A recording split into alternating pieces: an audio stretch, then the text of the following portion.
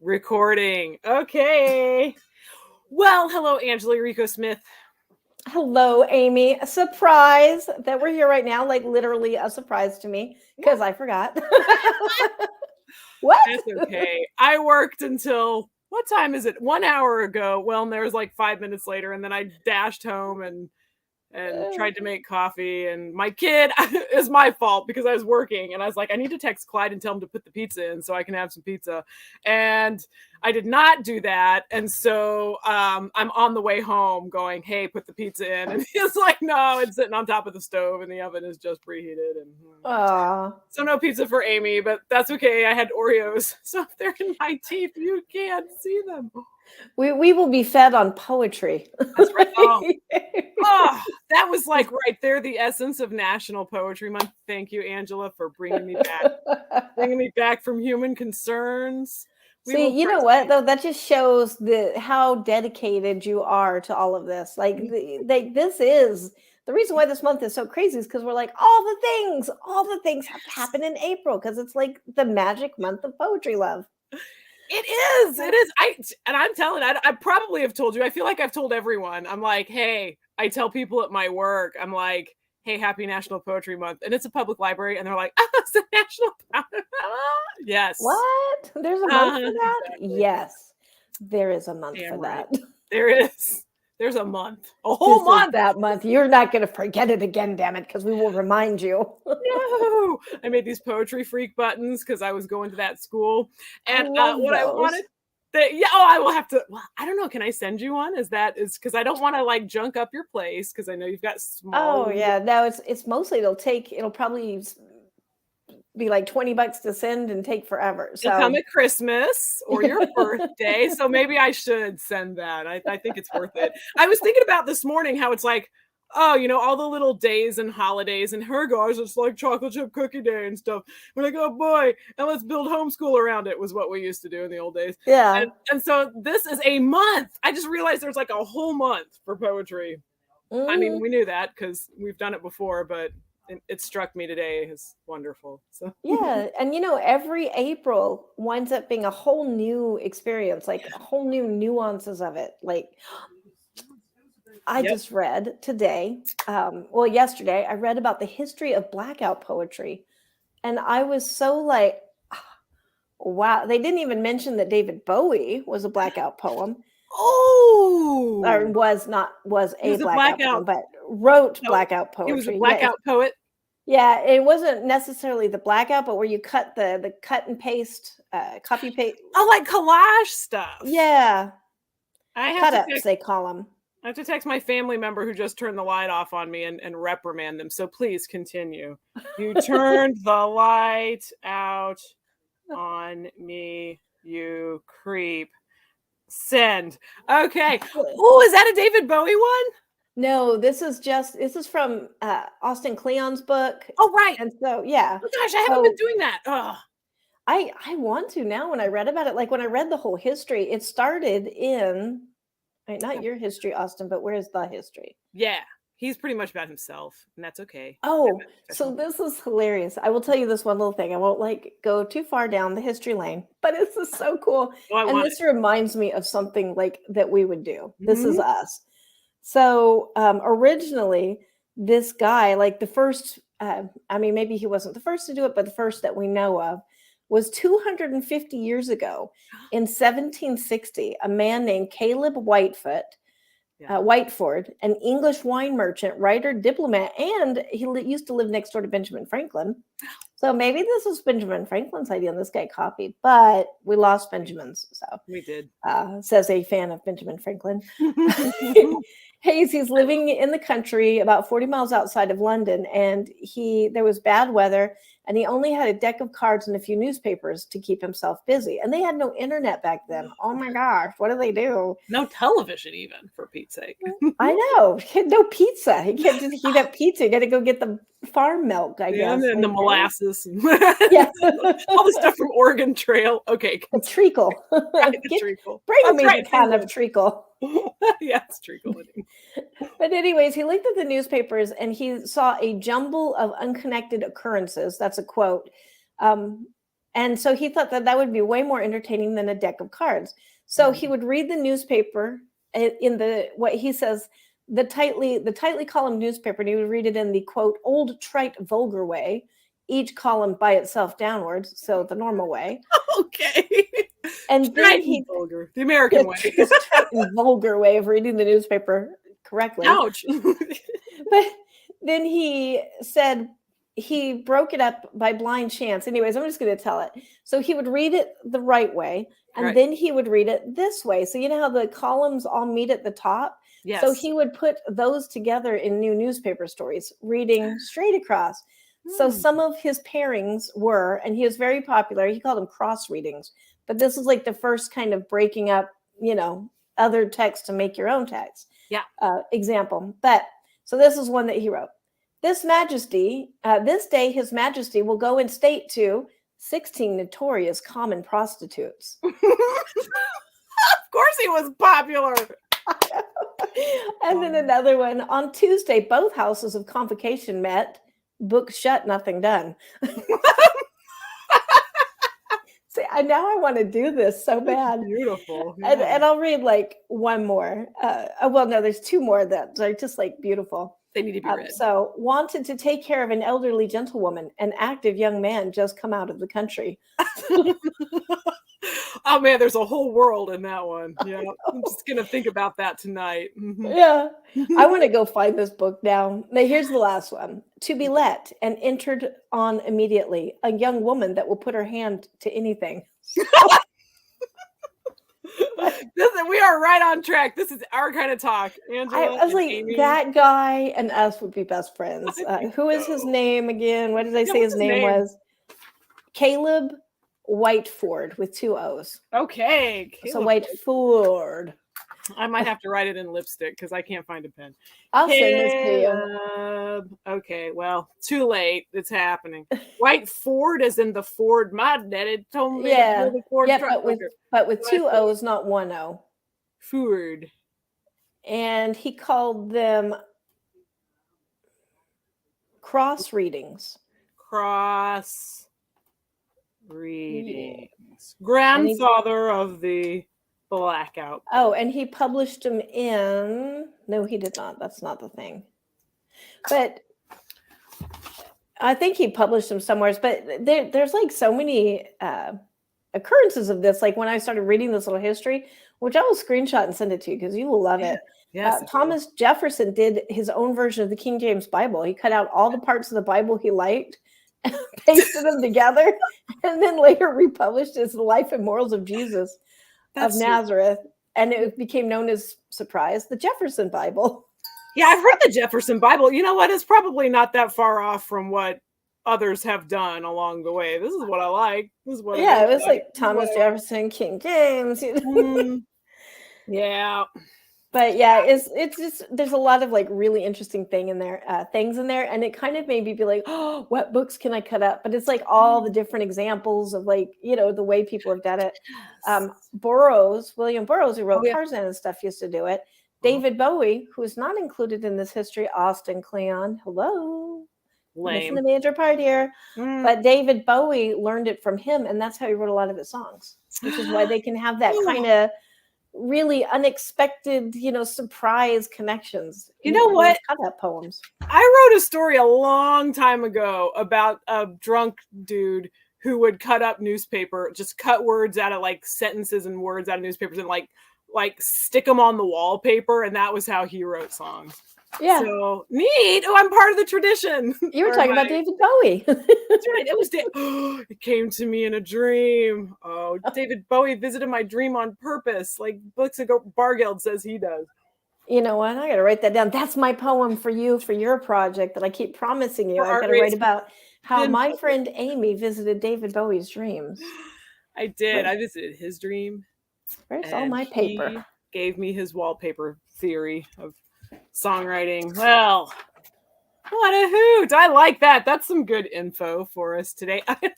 Yeah. So that's the book that I'm currently reading, one of many.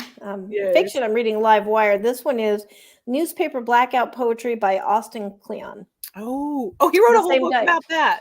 Yeah, well, that was, I think, his first book, and then later he Probably. wrote the ones that he's kind of known for. Steal Like an Artist and all that. Mm-hmm. All right. Yeah. Wow. I'm these. He's kind of like where I was. I'm not going to say I wasn't a fan of Blackout Poetry, right? But it just wasn't my thing. I'd never really looked into it. And then reading his, I'm like, oh, I really love Blackout Poetry. Somebody give me a book to defile. Yeah, exactly. It's really kind of a you can be kind of aggressive and you know, visceral. I love it. Yeah, it's great. I love it. Well, that's excellent. Okay. In all of that, did you read a poem yet? I can't. We were talking before. Oh, we have not. I read a bunch about Whitebeard. All these people just killing it. They're killing it. They're getting it done. Oh my gosh, I feel ready because it's evening. It's evening. It's time for bed. Yeah, it is, because normally we do this on this Sunday afternoon. We always do all our shows at the same time. We just want to be easy on people and not be confusing. Right. Yeah. It's a weird time, and somebody turned the light out on me, and so now we're just discombobulated. Yes, I am. I'm going to be boring. Okay, Angela, why don't you start and read us one? All right, I will read a poem. This is a poem I've never read because it's not quite finished, but over on my Instagram, you know those Mid-Journey images I've been posting? Yes. So that is one poetry thing that I've stuck to this month. Is I am writing a poem and then I'm giving it to Mid-Journey to illustrate. And so that's what the images are, is they are the illustration of the line of poetry that I wrote. Wow. And I say line very loosely. It could be a line or two, but a thought, you know, a fragment of poetry. That's a cool idea. So I'm on day 14, getting ready to do day 15. I don't know what that line is yet because I haven't written it. Right. But I'll read that like so far. And at the end of the month, I want to put them all in one video, like with the images paging through, you know, and just see what does it look like? What does it look like when you write a poem over a month with an AI robot? Oh, with the AI. Oh, so the AI is, because we're doing that on Breakfast Poetry Live with the poetry hats. Just like last year with those sweater poems, there will be like this strung weird necklace of lines. And so I love that process. I'm really looking forward to. And in fact, tomorrow on Breakfast Poetry Live, this is on Sunday. Yesterday on Breakfast Poetry Live, I will have read sweater poems because it's the halfway point in National Poetry Month, and that was our one from last year. So. Oh yeah, tomorrow, whenever. Gosh, what day is this? Yesterday. Okay, yeah, yesterday. Time has no meaning, no constraints for us poet people. We might have opted to record this early because of time constraints. Yeah. National Poetry Month. Yes, and things have happened in my schedule, but I don't want to miss Poetry Month with Amy. Poetry Month, but Poetry Day, third Sunday day. This is our longest tradition of the poetry things that we do, is this one since August of 2020. This is where it all started. So I was kind of like, I can't miss this, even though I have pressures from the exterior world, which sucks because life. Red Flintstone cussing. I used to babysit a kid that would do that. If he's like, ask me, can we do blah blah blah? I'd be like, no. No, I didn't just go around saying no all the time. Let me preface that with, I babysat him and his brother every day of the summer, every weekday from 6:30 in the morning to 3:30 in the afternoon every day. So sometimes I had to say no. Just a little bit of no's. That's right, just a few, and then he'd do the Fred Flintstone cussing, which would make me laugh hysterically, of course. Okay, please. Okay. All right, to poetry, to the point of our existence and everything that we're doing, our life's work. So this has no title yet because it's pretty much in progress. So right now I'm just calling it Mid-Journey Poem, and like the lines are mine, but Mid-Journey is obviously doing the art because I ain't that great. So it's kind of cool to see what they come up with. I know the images have been like really stunning, and I find that I'm falling in love with each image and then using it as my desktop backdrop, which I never change. But I've been changing it a lot lately because I'm like, oh, that one, that's the perfect one. So I'm really impressed with like what they can do, but not to replace real artists, you know what I mean? But like for something like this, like, because Amy has refused. If I said like, Amy, can you take my line of poetry and make me an art every day at midnight. If I hadn't gotten a job, I probably would have. I'd have been like, yes, because it's like the 100-day project where you're like, I got to do something new every day. But man, yeah, I don't know what I'm going to do about that poem tomorrow. There's a word in it that's tripping me up. So, but yes, I look forward to hearing what you have so far. I have ultimate faith in you. I know this will turn out wonderful. Well, I appreciate it. All right. I will read though, just to stop digressing as it's hard. I am prone to. I know. Life is one big digression. Mm-hmm. After another. Yep. I know. All right. Okay, now we're gonna do it. Poem me. All right. I walk through the heart of the world, dreams metered by thrumming astral pulse, invoking primeval divinity steeped in rapture. Which actually, I did start it with a line from another poem. So if that sounds familiar, that did come from Hallucinated Jungle, I think. Oh. So that was one of the lines in there. So that's what I started with, because I was kind of like, how is this going to work? You know? Right. So then from there, I was like, oh, okay, I can just make up a line. Yeah, okay. So I walk through the heart of the world, dreams metered by thrumming astral pulse, invoking primeval divinity steeped in rapture. Monstrous magic words leak from my mind to stain the pages of my book of life, lovely imperfect smudges and blots. This paper is inadequate to hold the blue lotus expressions I try to communicate. Ink scratches, a pale ghost whisper of what I have seen. I wish I could leak poetry to the cosmos. Let the celestial song of this moment flood my veins. Sacrifice myself to vivid word chaos. Ignite, thrilled to passion as the universe unspins her threads to connect me to stars, galaxies, and the colossus that is the joy of being. I pivot in the flame, and eternity unfolds with a lack of regret before collapsing like origami birds in the rain. The sun sets, and I have no concern. As the light snuffs from the world, there are always stars. There is always the moon. As the sky falls, we embrace and fall into the embryonic chaos with abandon. Life continues, and so do we. So raise a glass to despair. Fruit only makes merry after considerable pressure. I refuse to let tears embitter our wine.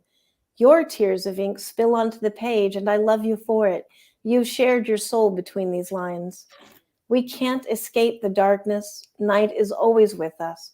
We look to stars for guidance. We burn the world for warmth. And from the clouded shadows comes the answer, love. The answer is always, always love.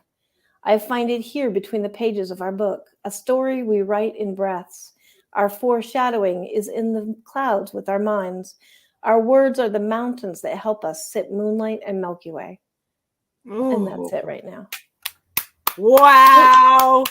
That is the kind of poetry that, like, if I have it in my hands, which is how I like to have it, and I'm reading it, I'm just like, oh, put it in my shirt. You know, it's like, I'm going to eat it. You know, it's like, how do I get it close enough to me? You know, that's what awesome. I think I'm going to try to write shorter lines, because as I'm reading it, it feels very like, you know what I mean? Like, because it's a whole 24 hours going between lines, and I'm trying to feed off of the next one. To me, it sounds like a sort of like semi-frantic, like beat poetry, kind of like where you've got all of this emotion and it just comes, you know, sort of tumbling out in this semi-frantic. So that's how it came to me, and that's why I had a mini. Okay, don't say orgasm. You know what I mean? I had a poetry-gasm, and so. And that is approved. Thank you.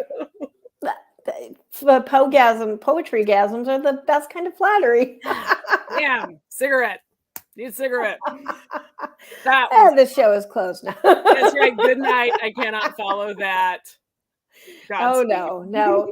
Well, you're the one who's kind of inspired me to get, because my poems before were very sparse and controlled. And I think part of that was my whole conflicted thing with poetry. Like, younger, I did that all the time, and it was like the only thing that I was ever appreciated for, like that I got compliments for, you know. Otherwise I was kind of like, oh, not great.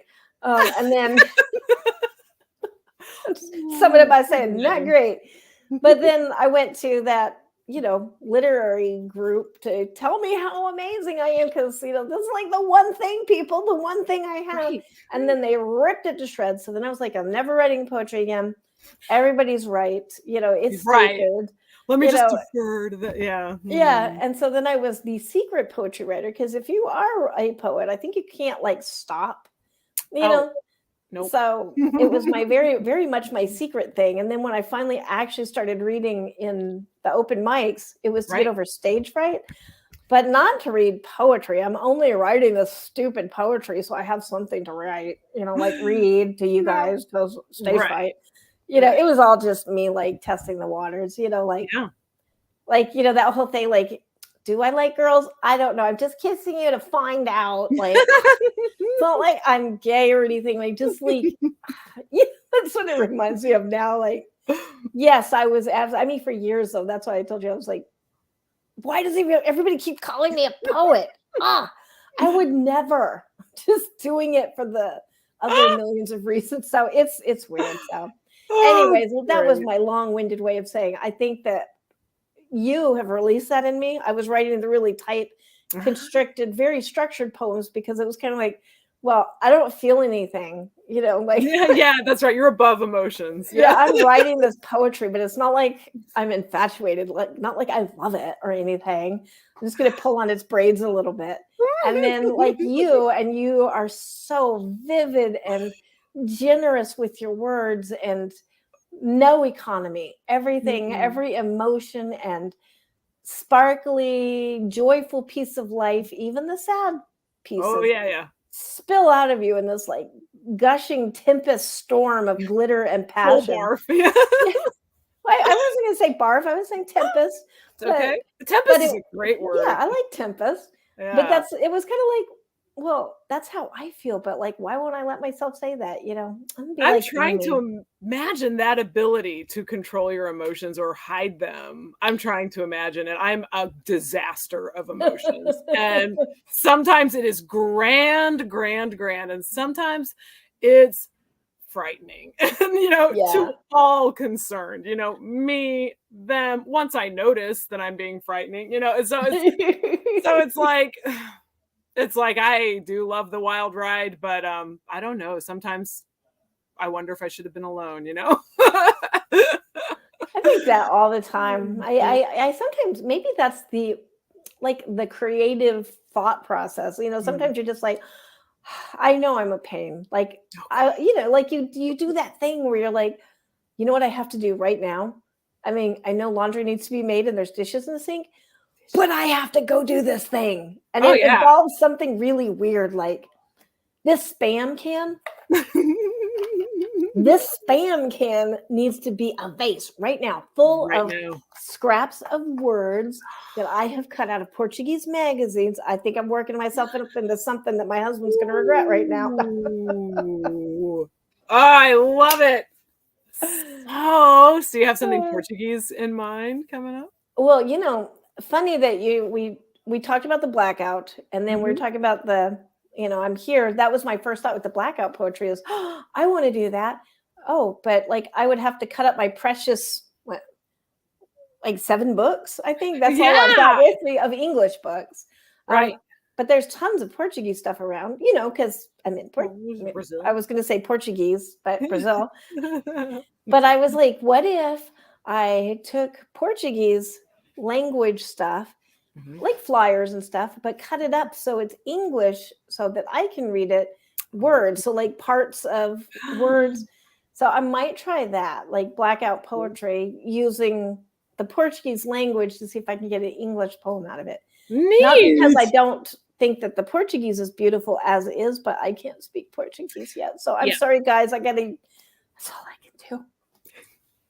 I hear that. Yeah. And you may write like a, you may write, like, because we always go back to our friend Rena, who speaks Russian as their first language, but writes just freaking exquisite poetry in English. And when I ask them, hey, what about your Russian poetry?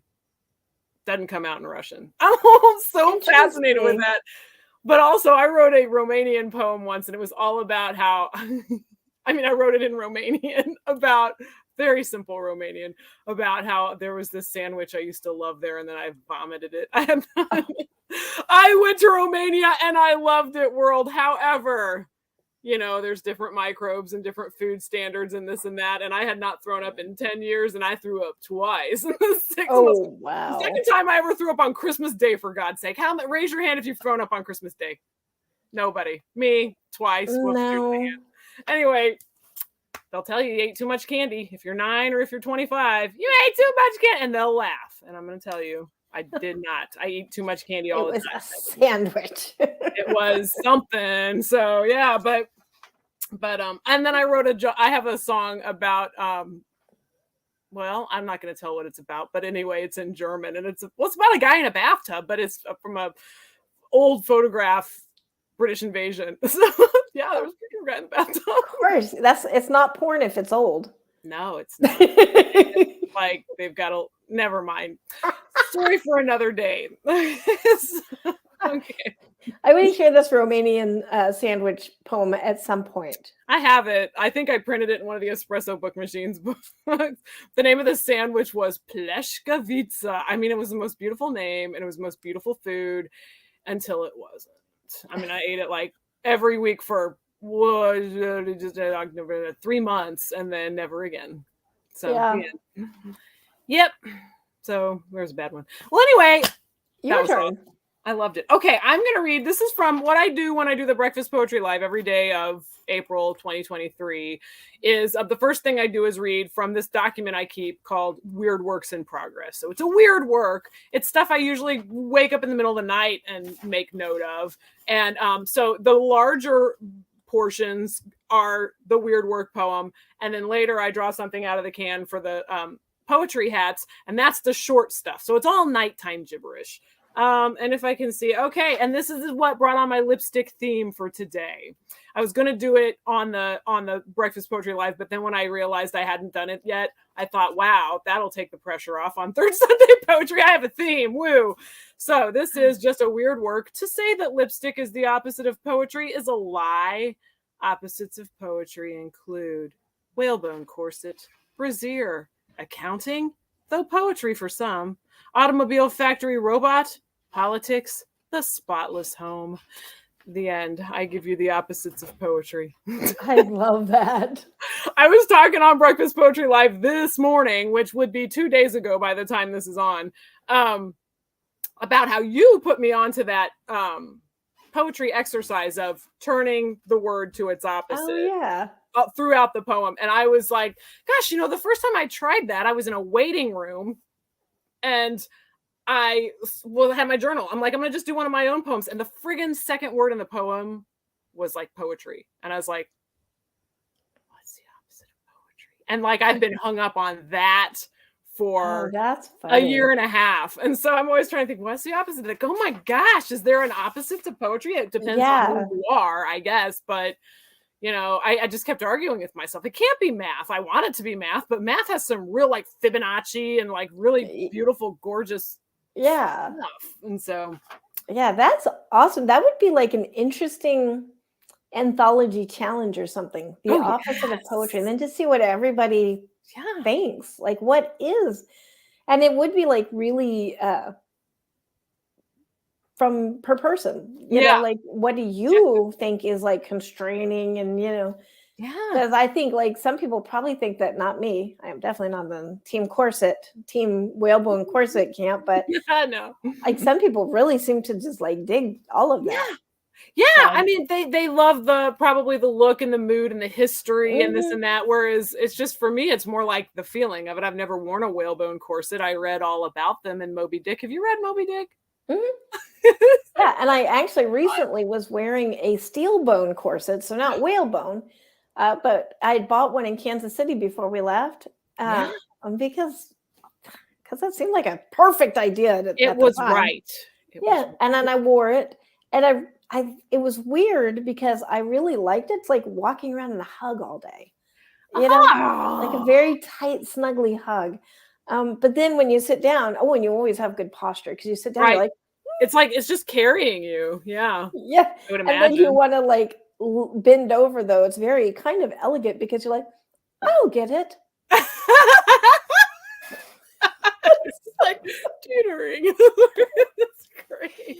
I almost brought it here too, but it just kind of weighed a lot. And, we were so tight. And it really did come down to another book of this whalebone corset. Well, steel bone corset. Oh, I'll probably never wear it. Yeah, but I will leave my hug. I will use my books. Oh, that's really poetic. So write that one someday, and then we'll have my anthology of 2 poems, because you know how great I am at talking people into joining my anthologies. They're all like, yeah, and then I never hear a thing ever again. Some of us are just very excited by the ideas, but then we put it on our to-do list, and our to-do list just keeps spinning because we're excited about a lot of ideas. Though I just found golden shovels on my list. Oh, right. Yeah, I've written a lot of golden shovels. Angela and I are someday going to have a golden shovels collection. I wrote a bunch at Santa Calagon when we were manning the parking lots with the Boy Scouts. That's how they make their money part of how they make their money for camp is sort of not parking cars. They call it parking cars. I'm like, oh my gosh, we have to park cars. And they're like, no, you just wave them into spaces. And so good. Because I don't want to drive. Car waving. Just we're car waving. But I wrote a bunch of golden shovels for during that 2 or 3 days, or I think we did it for 2 days. I remember that. Yeah, my last Santa Calagon day. No, I saw you. Oh my gosh! Did I see you in the parking lot? I don't know if you did. Maybe I was just kept kind of looking, but it's so crowded and crazy. I don't even For anybody who doesn't know what Santa Calagon days is, it's insane. I want to remember it that way. It's probably will. I'll probably tell that story 20 years from now. And then I saw Angela. The end. And I'll go right along with it. I'll be like, yeah, I remember that. Do I remember that? Probably. And I gave her some kettle corn. Oh, thank you, Angela. It was so good. And apple cider, I believe. Oh, there had to be apple cider. Yeah, I wouldn't be sitting in a parking lot with no apple cider. That's just all there is. I said it on my dad would say apple cider. Oh, my chill of the night. Yeah. Well, I'm going to tell you, the book right there that you gave me, which I treasured. That's why that ginormous book has made it all the way to Brazil. Oh my gosh! I can get it on the shelf. Yes. Yeah. So I took that with me because I wound up speaking to some Portuguese poets. Yeah, that's the very same one. Well, not the same one because there's one. Right. There's one there. And there's one there. There's one here. Yeah, and they thought that was the coolest book. They passed it around in the class. So your book, your gift of that book has traveled to Brazil and been manhandled by Portuguese poets. Yes. Oh, tell me about the Portuguese poets and how you all kind of got together. It was fun. Yeah, it's the university here. It's called Unidade, which I think is the name of it. Because I know university is Universidade. Okay. So I think this is the name of it is Unidade of a Universidade. That's the extent of my Portuguese for today. Beautiful. So that's where we went to go get Portuguese lessons. And then because there's not a lot of English down here, they got super excited when they found out that I had written books. And they asked, could I come speak to the literature class? Mm-hmm. So that's kind of how that started. They were awesome. They were so wonderful. And these people love poetry and words. They drink it in like we do, but like a classroom of us going, like the two of us. Tell me that word. Not America. Just you and me in a class, but we're Portuguese and there's a bunch of us. It was pretty amazing. And then last night I got a message at like 7:00 at night as I'm like doing the magazine and somebody's book. And like 3 or 4 other things that I decided was a great idea to do these all in Poetry Month because that's the awesome month. Until you're like on day 15 and you're like, oh my God, can I survive? It's a lot. I'm almost through the difficult part though. That's good. But yeah. So anyways, they sent me a message and said, could you come back to talk more about poetry? And I'm like considering it like, well, it's 7:00 at night and it's like a $3 Uber ride because everything's so cheap. But I got to finish this work. I have to be responsible. Responsible adult. You have important obligations. Which is interesting. Which, if you think about it, I'm saying I have to be responsible to play publisher with this magazine. So I'm not actually being responsible. I'm not fooling anybody. You're keeping that tradition alive. Oh, it's great. Well, I have to say I visited a school too. It was an elementary school. It's Christian Ed Elementary up there up north by where you used to live. Thank you to our songwriting buddy, Sean McAnally, who invited me because he leads the writers group afterwards. He primed them. I mean, he like got them ready, like this is about poetry, this and that. Then I get there and there's this table of these 11 kids, right? After like 3rd to 5th grade, I guess, you know, and they're all just deep as hell, you know, and they love Angela. They love writing horror stuff. It was so much fun. Awesome. And I'm like, wait, but first, what have you learned about poetry? Every one of them, there were like 2 of them that didn't want to talk, but everybody else was like this, you know, they just knew. That is awesome. So good. And then we did an exquisite corpse, and we did where I took a bag of spooky words around and they pulled one and they wrote with that, and then a beautiful word can, and they wrote from that, and then they shared it, and I read them werewolf poems, and it was just so wow. So we've been like totally National Poetry Monthing it up over where you are. So yeah, we have sharing the love of the lyric. Oh, there we go. They all like, I made them those buttons that said, well, my son did the lettering. They said poetry freaks. And so like, it's like, oh my gosh, they've been calling each other poetry freaks all day. And their teachers are like, oh my gosh, they love that poetry party. So we're reaching the younger generation. Well, and I think you started something, because as soon as I saw those buttons on your Instagram, I was like, oh, I'm a poetry freak. I mean, like that, I identify with that.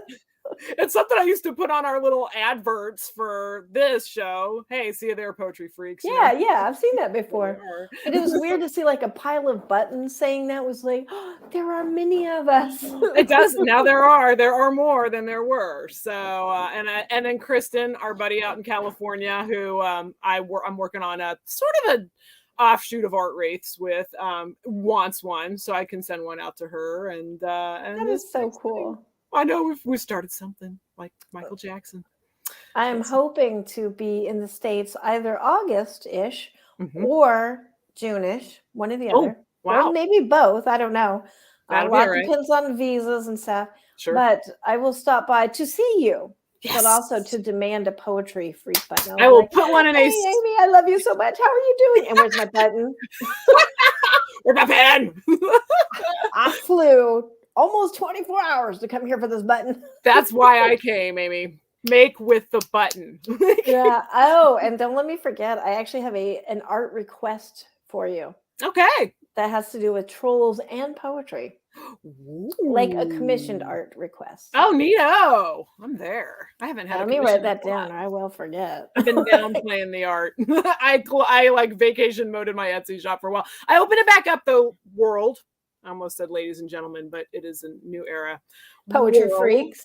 That's poetry freaks. So much better. Poetry freaks. I haven't put the sale on yet because the app was making it hard, and then I never got back to it. But anyway, message me, and if you, I don't know. Anyway, I'm gonna have poetry after she does my commission. Okay, hang on. That's right. Proud. These are done. These are done. They're prints. I've got Dylan Thomas. I love this Dylan Thomas portrait so much because of the photo it's based on. You know, he was such a difficult person, I think, and he drank a lot, but he had this exceptional way with poetry, and he was Welsh and had this beautiful curly hair. And so there's a picture of him with a cigarette hanging out of his mouth, and like, friggin', this touched my soul. 2 sweaters on. It was cold. So I needed all that booze, but I knitted swatches to glue on as sweaters, and then just did a giclée. So you don't get the texture of the sweaters, but you get the picture of them. And then there's also Dorothy Parker with her martini. I don't know if I have any other poet portraits in the shop, but I'll see what I have. I mean, if you want to count like Nick Cave and Blix the Bargeld, which I do. So and Mario de Andrade, who is become my latest hottie, which I know you have a portrait of him. I do. I haven't made prints of it. I could do that. Yeah, I could do that. I just was reading about him too, and he is so cool. And hopefully I'm not offending anybody, because there is some going back and forth on this in Brazil. Okay. But it was rumored at the time that he was gay. And of course, at the time, it was like, what? He couldn't be, yeah. Scandal. You're right. And so against the law. It's still a mystery if he was or not. But he never took a wife or anything, or, apparently, and this is like me, non-Brazilian, poking into somebody else's culture and trying to learn about it. Sure. But reading about it, he just sounded like the coolest guy. Like, there's one picture I found of him smiling, because of course everything, especially back then, they seemed like we don't smile in pictures, the camera might break. Yeah. And there's one candid picture of him smiling in a group, and I love it so much because it just reminds me of a bunch of poets were together being goofy. Oh, I love that. Oh, coming up with crazy ideas. Yeah, I will find that picture and send it to you. And there he is. He's like looking up at the camera, kind of like at an odd, like a, not a pose, but like a, and just like grinning. And I was like, so amazing. Yeah. The portrait I did, he's got a cigar, just a small cigar in his mouth. And he's wearing a bathing suit, but it's like a 1920s bathing suit. So it's like shirt and shorts. And he's just like, I'm like, I love him so much. So unsmexy. They're somehow smexy. That word kills me. I learned it from my son because I'm not hip. And I was like, what is that? And he's like, well, it means smart and sexy. And I'm like, oh my gosh, say it all the time. It's so funny. It's so smexy. Because he would just say it. Like if I'd be like, I don't know what would bring it on. He'd be like, smexy. I'm like, my son, I can't like convey how he seems so stiff and serious, and then it's just freaking hilarious. And I've known him since he was inside of me, and I'm like, that was so funny. It just catches me off guard every time. So, that's too funny. What do you got, Angela? I gotta get to my lipstick poem. Is it my turn again? Okay. Yes, please. Wow. I have two poems that I have reserved to read, but one of them I went through like one of those weeks that everybody has at times. It was one of those really depressing weeks. Mm-hmm. So I have picked the lighter poem of that whole time. Okay. But on your smexy story, I really can't follow up with that. Like, and smexy and fun and laughter. Now let me depress you all. That's okay. This is the wild ride of poetry. And all emotions are accepted here. Right. But this is what I'm going to be doing later on tonight. I'm going to be scanning the final copies of Space and Time, which are these. Ooh, this is it, people. I just got the scanner today. I specially bought a scanner in Brazil because me doing it on my phone with a piece of glass was not working. Okay. And I needed a printer anyway, so. Right. But I'm going to be scanning these tonight, and then every issue of Space and Time, which is like 153 issues that began in 1966, will be available on PDF. So this happens to be on my desk because I have to scan it later. So this is issue number 62, which came out in 1982. That's great artwork on there. Yeah, Gordon. I mean, this is what we're all about. Like, he started the magazine on a mimeograph machine as a high schooler, and it's still going today. And it's had like amazing names and amazing history. I think I told you Gene Simmons. Yes, once did the art when he was like 13, and he wasn't called Gene Simmons. But hey.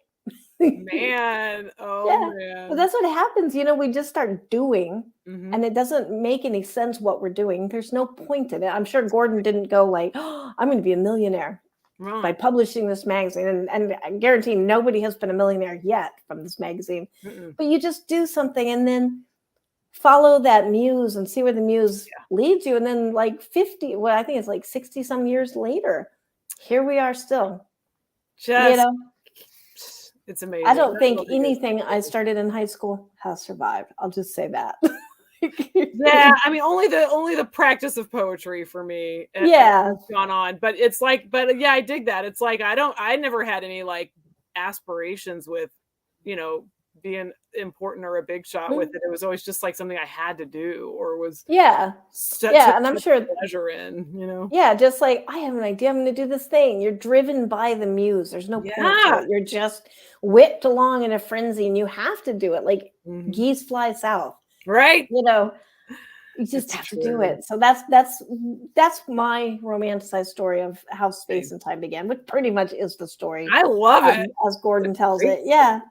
So I'm going to read a poem, and hopefully, I mean, I don't usually like to read other people's poetry without permission, but I am going to do this. It's Lois Wickstrom.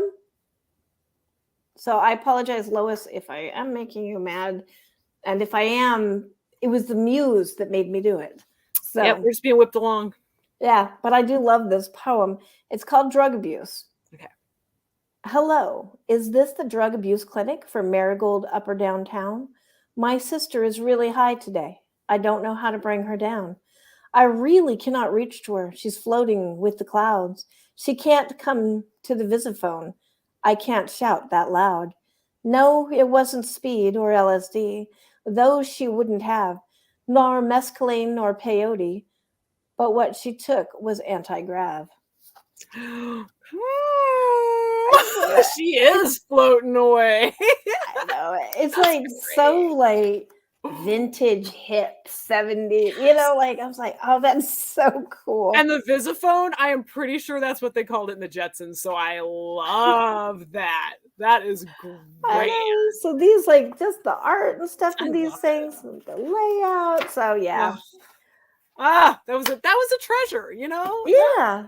I don't know whether Lois, you know, but if I were Lois, I'd have been like, oh, somebody, you know, because that's great. I know, and that's the power of poetry. Why we have a whole month celebrating poetry, because here it is, 1982, and in 1982, we didn't even have any concept that this could be a reality. Speaking of visophones, that you and I could be speaking in real time across generations, across continents, nations and continents and oceans, to have this audience now watching us in the future. Literally, you guys are in our future. That's right. It's we like could be dead and people are watching it. Yeah. It's fabulous. See, this is why I love Amy. We could be dead. We could be dead. I know. See, my family doesn't dig that. They hate it when I talk about my death. I'm like, oh yeah, well, when I'm dead and gone, you guys can just do it. They're like, stop it. And I'm like, what? It's a fact of life. What do you want? My dad used to say that all the time. Dad killed the spider for me. What are you going to do when I'm dead and gone? Well, hopefully I'll have someone around to kill the spider for me. Oh my gosh. I've since learned to deal with it. And then speaking of spiders, there's a lot of spiders in Brazil. And so you want to move the furniture around regularly to make sure you're not like letting things, you know, and it had been a while. We moved here in January, so the couch had not been moved. Okay. So yesterday we were like, it's time. We should move that couch. And so I'm like, all right, I got shoes on. I got a cup in case we find a really good one, because I'm going to put them in a cup and then take them nicely outside. And there was a bunch of like, probably not black widows, but like suspiciously toxic looking spiders. Okay. And there was a bunch of them. And so Ryan is like squashing them. And every single time he's like, you're killing me. Because every time I'm like, I'm sorry. She loves spiders.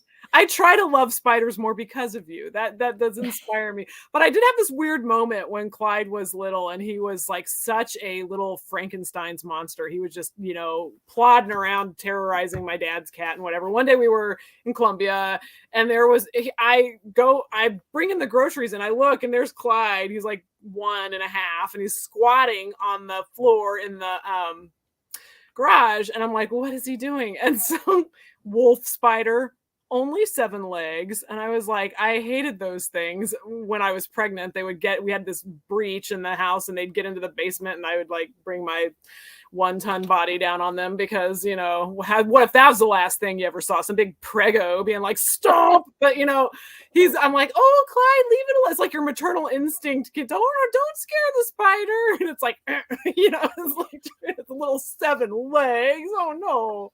But I stepped on one once, and all the babies just went scattering. And I was like, sorry, get out of my garage. So I'm not as nice as Angela. I'm trying. That was a long time ago. So. Hey, I will say, like, brown recluses, gotta go. If it's toxic, it's gotta go. Because And we did have a dog that got bitten by a brown recluse.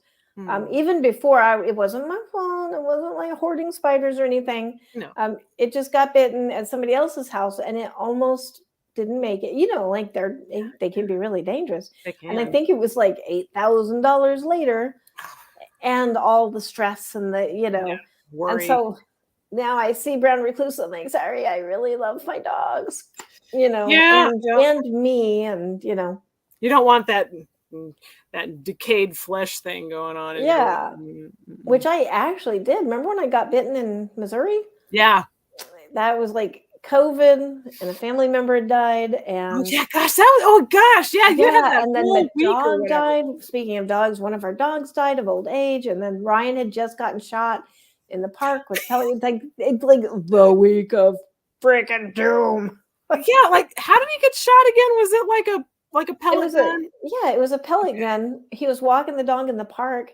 The guy, here comes my rant. I apologize in advance. The guy who shot him, we have video of it. Well, I still have that video of him shooting a homeless guy. And so in the video, you hear Ryan go, ow, expletives, because he got shot like just off camera. Then the guy turns his rifle around and shoots a poor homeless guy. Guy goes to the end of the street, staggers and falls down. Oh, no. This group is out in front of the car watching and laughing and stuff as the ambulances wind up coming up. I mean, this is time lapse. Like this is all over. Yeah, the ambulances come up in the fire truck because somebody, like the guy's kind of just laying there on the curb. I don't know where they shot him or anything. And so it was a pellet gun, but it was a high-powered pellet gun, the same one that collapsed a girl's lungs. It was during that TikTok challenge of shooting people with pellet guns. Oh my God, that was a TikTok challenge? That was a TikTok challenge. And that same night, they killed a dog. Well, I'm sorry, that's me assuming. But a dog was shot in somebody's yard and died with a high-powered pellet gun. I hope 2 car windows were shot out. And another woman was shot. And so when the police had the video and everything, right? And the doctor said that it was lucky that the pellet didn't shatter his bone, or do like something with the nerves. Like it just kind of went in like at a very lucky spot. But he still has to have like a special mouse because we haven't been able to cut it out yet because it's expensive. Not as much now here, but there we were just like, we can't afford minor surgery. Oh my gosh, And so all of that, the police they took the gun from the guy, went to the prosecutor, and the prosecutor dropped all charges because he said, well, it was just a pellet gun. I want to love this town so much. It's where I grew up. That is why I left that library, because that dude had a gun, and this dude that came in every day, and somebody saw him at the bus stop after he'd been in and out of the library 5 times that day, and he's at the bus stop taking a gun out of his pants. Put it back in my pants. And like, well, you're banned. And he'd already been angry in the past at being banned, and so now he was banned for life. And I was like, I mean, I could probably get through this, but and my husband's like, you can quit if you want. And I'm like, oh, well, it's too hard. I guess it was more like that.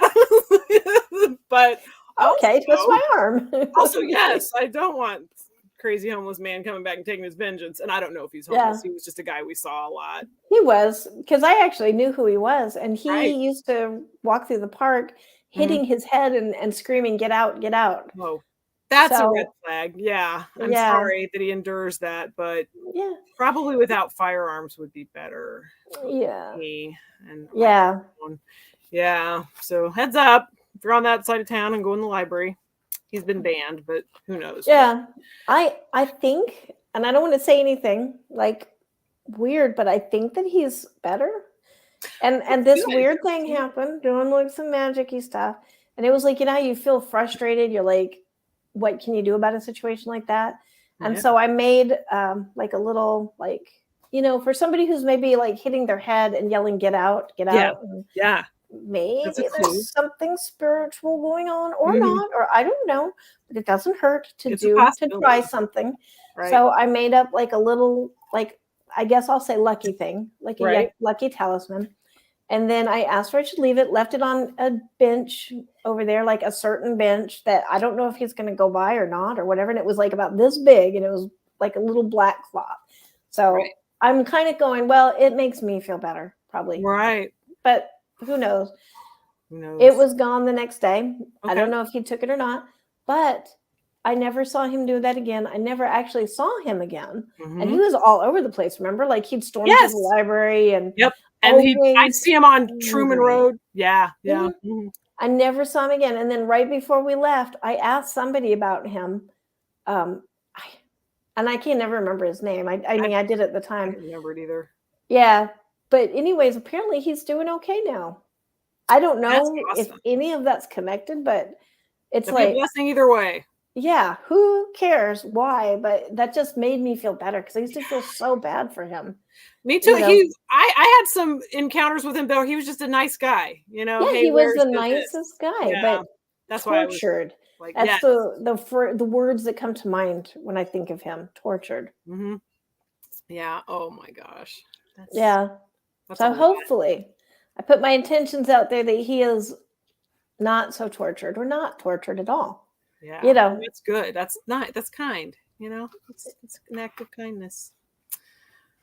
Wow. Anyways, on that note, what have you got? I got a couple of lipstick poems. I'm going to read them both, and then we'll have our theme. I think. Wait, I have to decide because I did it. Uh-oh, that one. Okay, I'm going to do the ones that are marked because one of my bookmarks is on the outside, so that doesn't make any sense, but we're cool. Okay, This is called... I can't decide if I want to read that longer one. Anyway, I'm taking up too much time.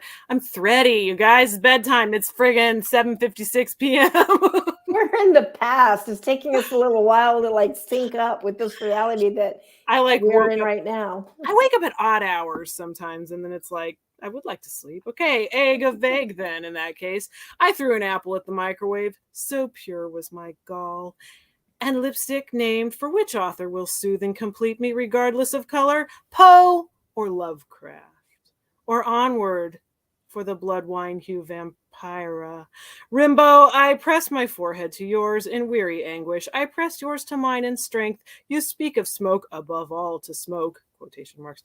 Then let us, ghosty blue eyes, smoke like foul belching factories, non-compliant smokestacks, and drink the strong liquors around the fire. Good, strong, drunken sleep on beaches.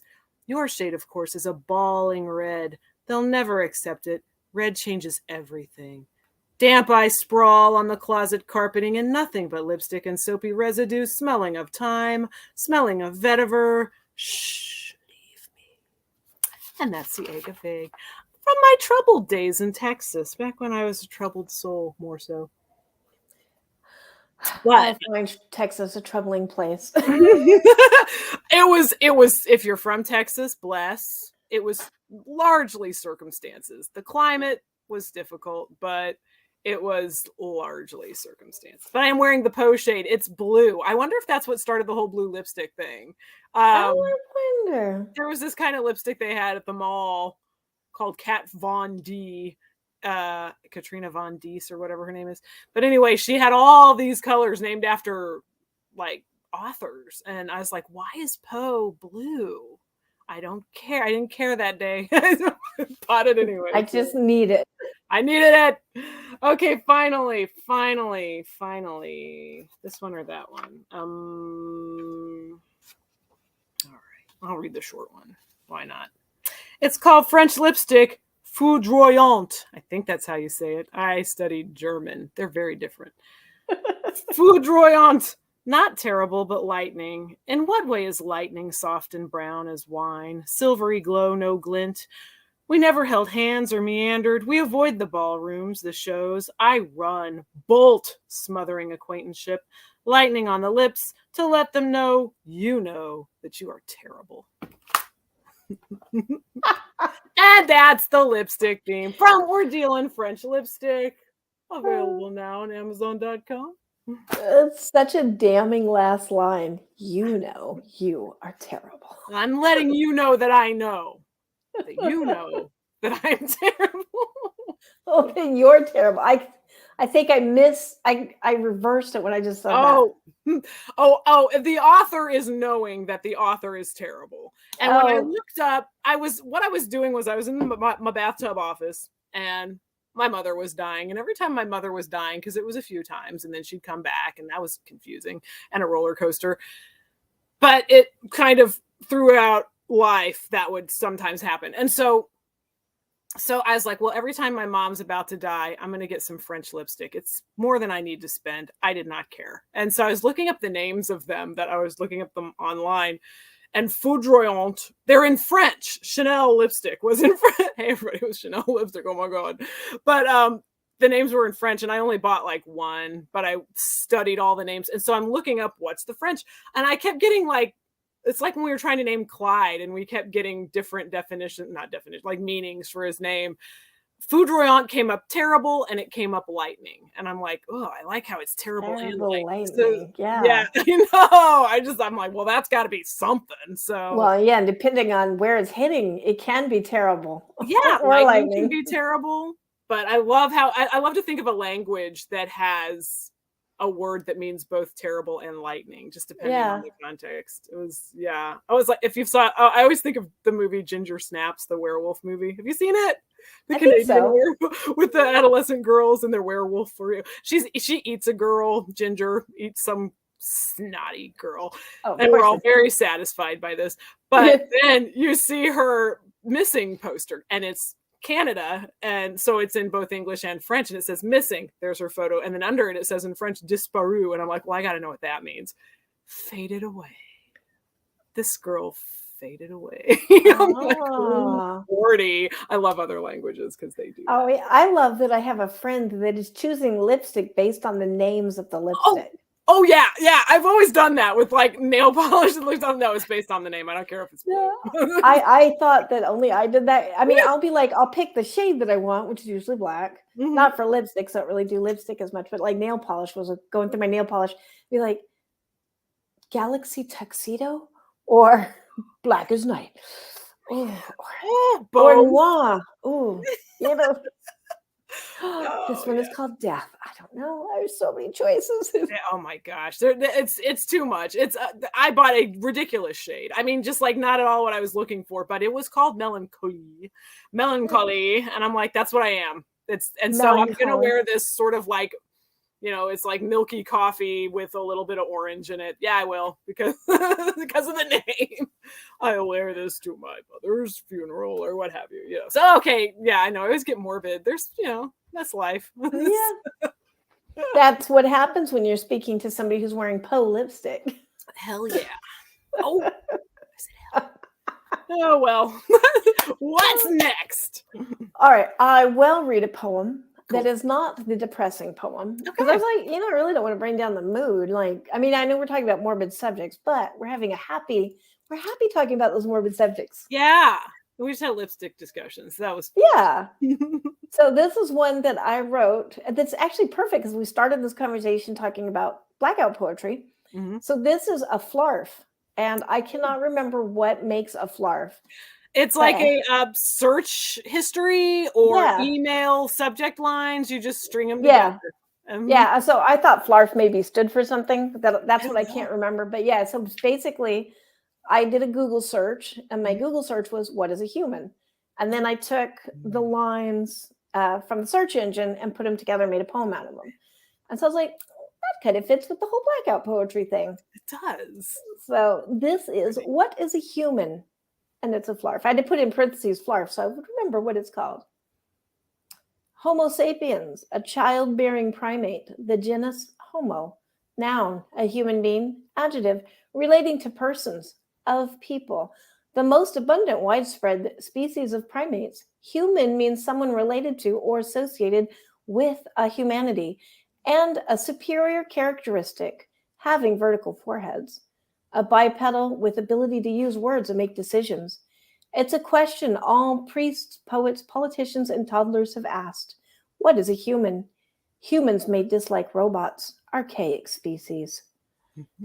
And that is, none of that was me making it. That is all lines that are in the search engine. Did I tell you about the time I was in my Amazon? Clyde was like 10, and I was in my Amazon app, and the search history showed human baby. And I was like, Clyde? Because he didn't have his own phone. I was like, so did you search Amazon for a human baby? I don't know. I just wanted to know if you could buy a human baby on Amazon. I'm like, I hope that's not because I was bad sport about not having a second human baby, but I was trying to keep cool. I was like, that's so funny. He looked for a human baby on him. I wanted to get you a Mother's Day gift. I would have totally taken it. Now I don't want one. Yeah, I was gonna say, depends on your perspective. Back in the day, I would have been like, yeah, sure, what's one more? That would have been, you know.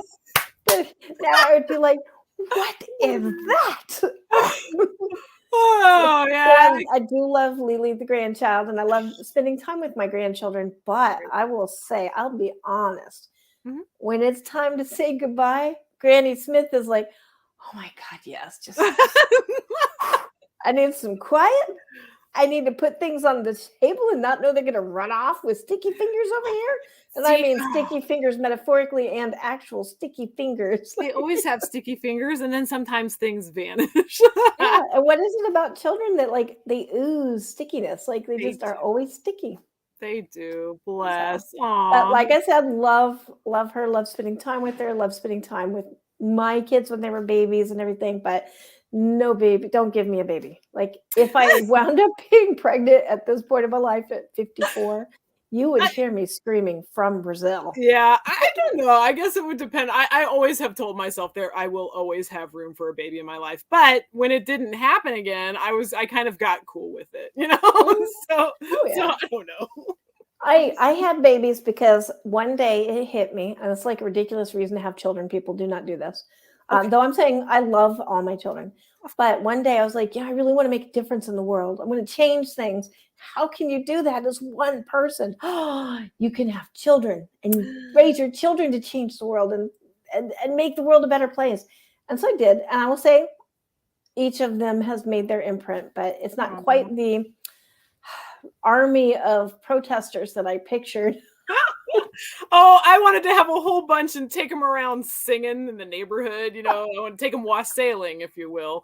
But Clyde did not sing until he was like 8, and then he doesn't sing. Doesn't like scary movies. You never can, but he's an artist. That's so funny. Like I can just picture our ideal families. You're singing, and I'm like, yes, then we're gonna protest. We will all chain ourselves to this tree today, children, and talk about book banning is bad. Intellectual freedoms.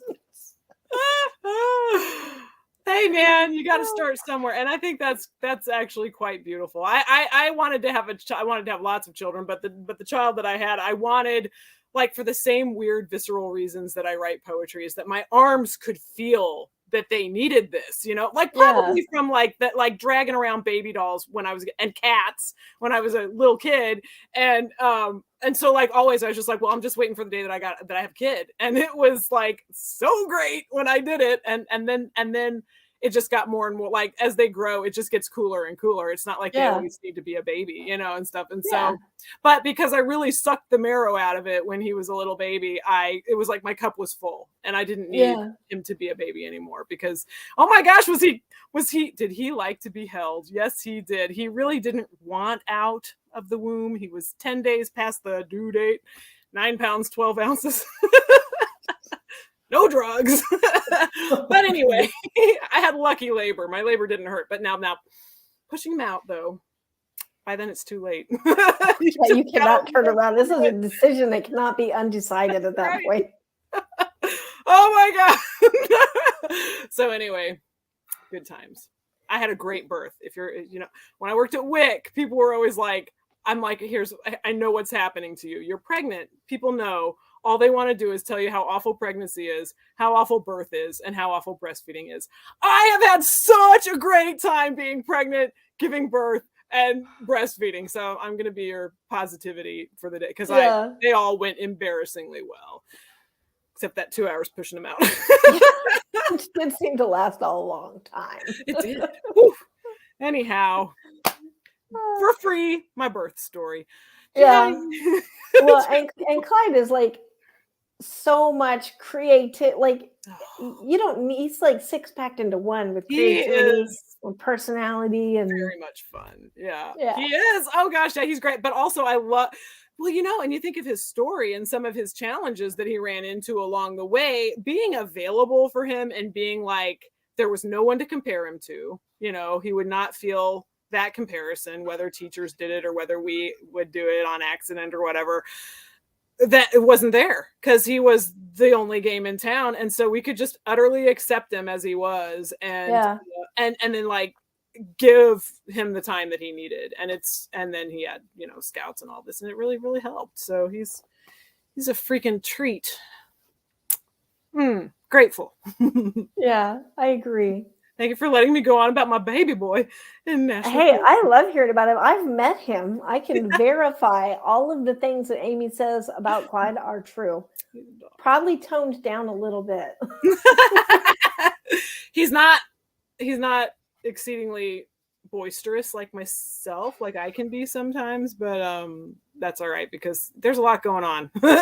Someday he's going to release his epic about where he takes all these, I don't want to spoil it, but very many mythological and theological figures and lets them hang out and then all kinds of stuff. Because I was telling him, I was like, oh, I released my podcast and I didn't put a trigger warning for X, Y, and Z because I'm from Generation X and I always forget, and he's like, Mom, I don't do trigger warnings on my stuff because that's all I would be doing. We're driving home from Cub Scouts and he starts telling me all these things that happen in this story he's working on. And I was like, whoa. I mean, this guy's a storyteller. I can't wait to get my Christmas copy, like whatever year that happens. I'm just gonna be like, it's dedicated to me. Whether it is or not, I can't wait to read it and see the draw. He's doing illustrations already for it when he goes and draws with my uncle. And so it's just, oh, that's so cool. Super duper. That is so cool. So excited. So hopefully I won't be dead when that, and I shouldn't make dead jokes. They hate that. I was going to say, a publisher. I'm just saying. That's true. And I think I've mentioned that to him. I think that he wants to kind of do it through, and he'll be 18. I don't know if, he probably has to be 18. I don't know. Anybody can publish a book. Okay. Good. Yeah. I mean, there's no age. I think they just had a question in some kind of thing. And you don't want to have that face of like, oh my God, why would you ask that? Because there are no stupid questions. But I was in some place and the question was like, can a 7-year-old publish a book? And it was like, of course, anybody who wants to can publish a book. I mean, they probably need help, but yeah, publish it. Your words. My little, he's 7 and he's written a book. And I have told him many times, but Granny Smith is kind of busy and distracted a lot. But we're going to publish that book. I love how you're Granny Smith. It makes me want to go bake a pie. Yeah, and ironically, I do not eat green apples or even apples or fruit much, and most vegetables. So, they kind of want to cannibalize. Well, okay. Okay, if you ever come over to dinner, I will try to go easy on all of those foods. No, they're fine. Well, I'll say it's not like I won't eat them if they are on my plate and I have been served them. Probably not the apples or fruit because I don't like it. It makes me feel bad. Oh, but, yeah, well then. Yeah, if it's vegetables, I will, eat them to be polite. It's not like I'm going to be like, I'll get you a pizza. Yeah, I'll just take a little can of meat. That's fine. Little something meat. Usually just meat. You show me. Good, but yeah, can of tuna is good. Can of sardines is great. I like sardines. We're weird. We are weird. So much weird. Mm-hmm. But it's glorious weird and it's National Poetry Month. It is. And isn't there like that whole poem about blessed are the weird for they shine the light on the world? Probably. Sounds familiar. Yeah, I've seen that. I will find that and I will send that to you. Yes. It's like one of those gift things that go around that you see. Nobody knows who wrote it, but I love them. But it's a blessing nonetheless. So yeah. Well, do you have any more or should we wind it up? It's an hour and 14 minutes. Yeah, I do, but I'm good to wind it up because I don't want to overtax everybody for Poetry Month. We're only halfway through. That's right. Got to keep the pace going, guys. Don't blow it all out by day 15. Nope. And tomorrow there will be, whatever day I'm saying this, Breakfast Poetry Live. The good Lord willing and the creek don't rise. I can't imagine what would stop that. A tornado. I'm not trying to make a tornado happen. Or, it's like vomiting, which I'm not going to say how long it's been because it might jinx it. I can't remember. Clyde was 2. It's been 15 years. That's my longest streak yet. So huzzah. Okay. That's the only thing that will stop it. Yep. In the poetry. So there we go. Yeah, I'm really like, oh, I hope she didn't jinx it. I've said it before. A vomiting tornado now comes through Kansas City. Oh shit, I'll just go ahead and say it. Carrying people that are just spinning. Going, now that sounds like a dream I would have. That does sound like, and then I wake up and I'm like, it's going to take me a couple hours to be all right.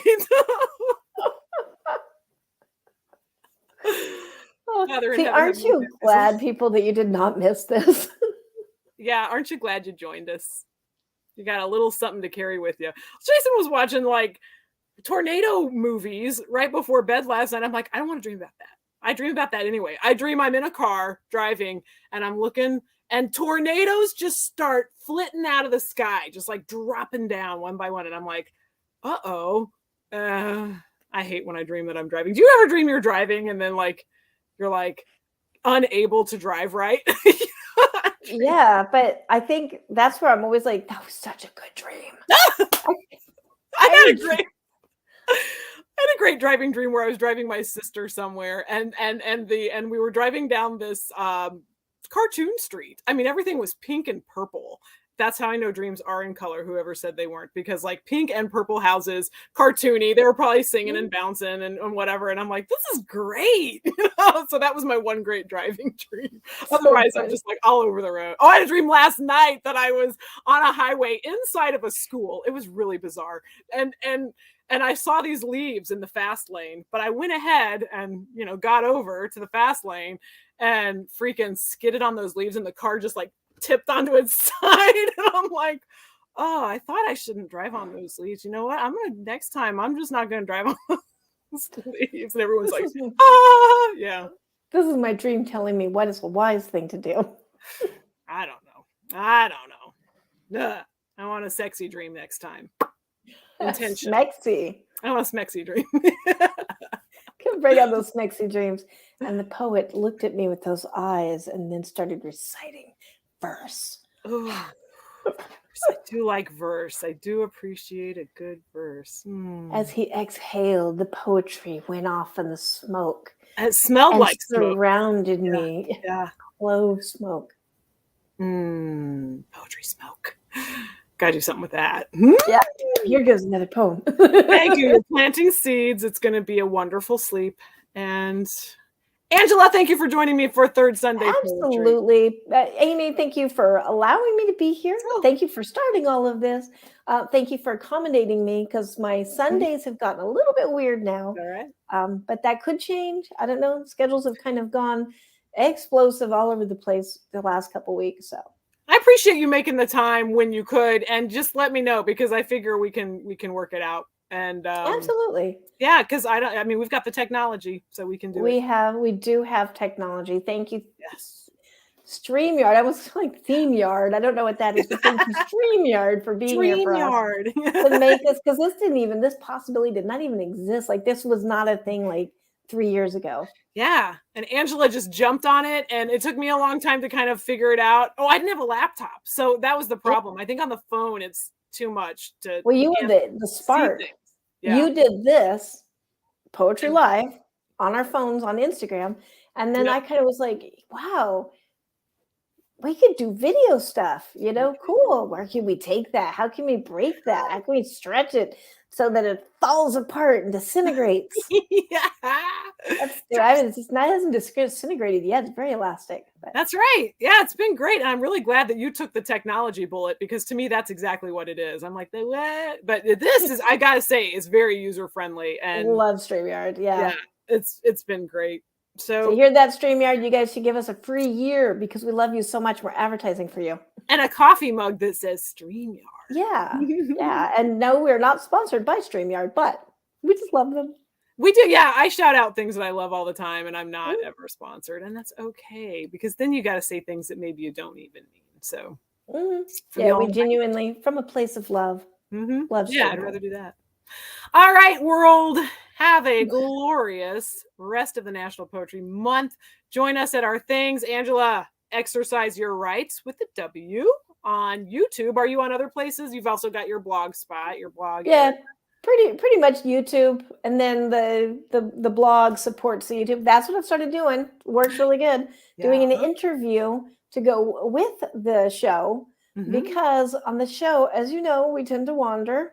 Might be talking about slugs and forget the whole reason why we're there supposed to be talking about.